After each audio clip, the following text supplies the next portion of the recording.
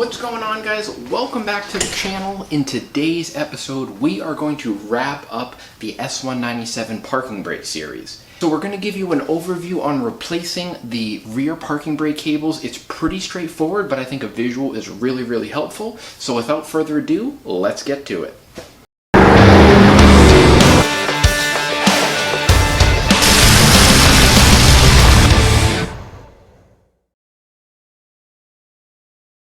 Alright, so to kind of give you an idea of what I do here is I jack up by the rear pumpkin very carefully to not be on the cover.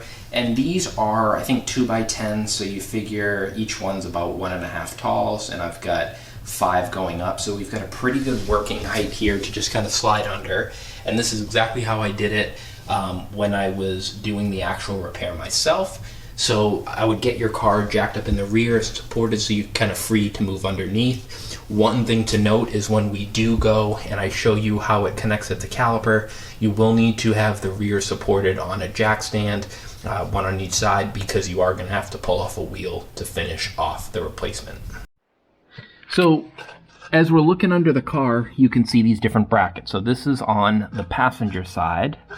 And so again, you can see how it snakes up to the caliper through the control arm, and you just need to trace it out. So looking here, right at the lower control arm mounting portion on the chassis, you will see a bolt right here. This is a built-in bracket that comes with the actual cable, and I guess a 10mm socket, and it's a 10mm. So each bolt here, that at least on my 07, it is a 10mm.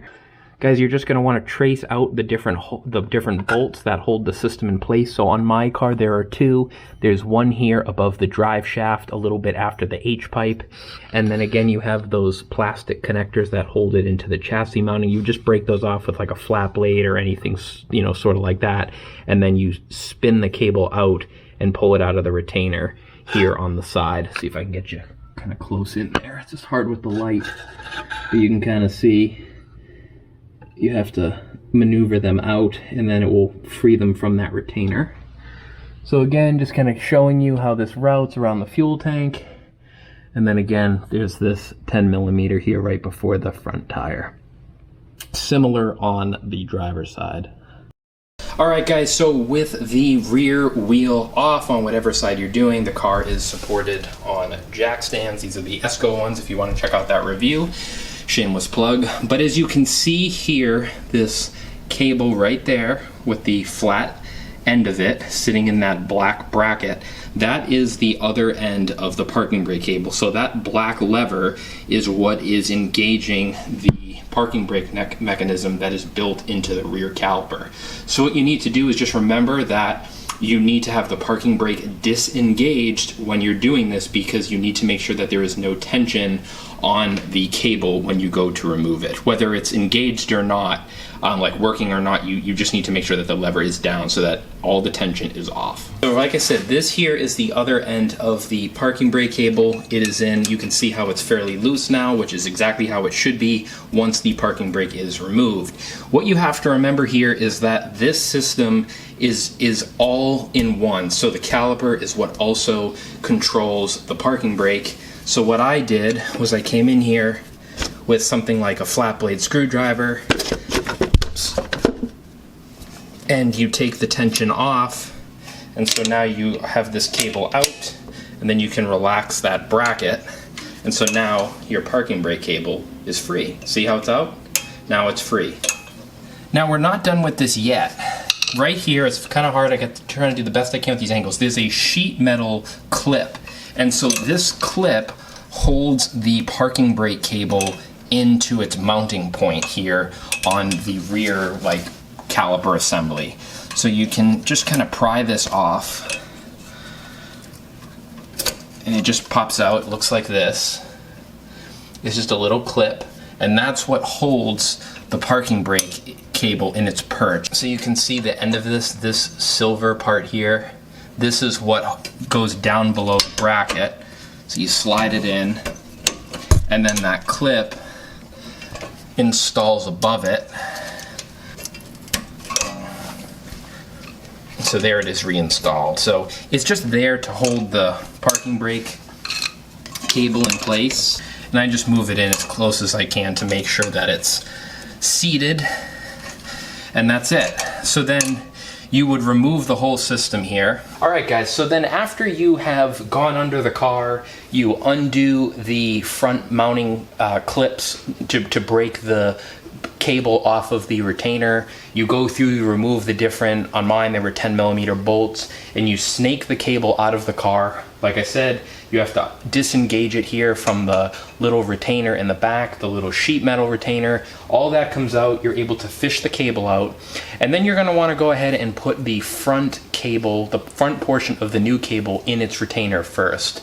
I would go ahead and compare the cables to make sure they are identical in terms of their length for each side, but just make sure each one that you're replacing is the same as what came out, because once you put it into the retainer at the front of the car, it's done. You'd have to snap it off to get it removed. So there's no going back if it's the wrong part. So guys, so after you do all that, route the new cable, and you're ready to put it back in, you wanna pull the end of the cable up, reinsert that sheet metal little retainer, and then mine is adjusted properly for my car, and that'll be the next video. But mine, there's not really any tension when the parking brake is disengaged, so I can actually just kind of push in my little parking brake connector, and it goes right in without any issues. I don't need to put a lot of tension here on the parking brake mechanism at all. Alright guys, so after you have put your rear parking cable on, if you've done one side, two sides, whatever, it's time to put the tire and wheel back on. And then after that, your next step is just going to be to set the parking brake adjustment. That will follow up in a next video, so I will film that and upload it. But it's pretty straightforward, as you can see here. It's not a bad job. It's mostly common sense, and it's sure beats paying shop labor to have something like this done. Hey guys, just a little pro tip here as I'm putting the wheel back on. I always torque my wheels to spec. I believe on the Mustang it's right around 98 foot-pounds or so. Anywhere within a couple, you're fine. But it's something that drives me nuts when people just crank them on with an impact or a breaker bar, and it's like, no. Freaking torque them to spec. They're there for a reason. It's just going to alleviate warped rotors, wheels falling off, any sort of stuff. Why worry about something when you literally have the torque specs? Pro tip. Okay, so that is going to do it for the replacement of an S197 rear parking brake cable. Remember, you have two, one on each side. I hope you found this video helpful, because like I said, I'm trying to do them in a higher quality format than a lot of what I found, because it was just brutal trying to replace this myself when it first happened. But then as I kind of walked myself through it and understood how the system works, it makes it so much easier to replace. You may see variations between your model and mine. Again, mine's a 2007 Mustang GT, but I believe the part numbers are the same for almost all of the cars in that range from 05 to 14, but please do your own research. It should be a site like Tasca Ford Parts is very helpful, because you can plug in your VIN number, add your, whether it's a Shelby or a GT or a V6, whatever, you can narrow down exactly what parts fit your car. Pretty straightforward, as you can see. It's really not a bad job. Just please do yourself a favor and make sure you have wheel chocks. You need to make sure you're chocking those front tires, because it's just not worth the car rolling on you. It could kill you. It could seriously hurt you, property, or the car itself, and we just don't want to see anything like that. So any questions, absolutely let me know down in the comments. I always appreciate it. And thank you so much for people that are watching. It seems like people are watching and enjoying my videos lately, which is really, really exciting. So thanks for watching, guys. We will talk to you in the next one. Take care.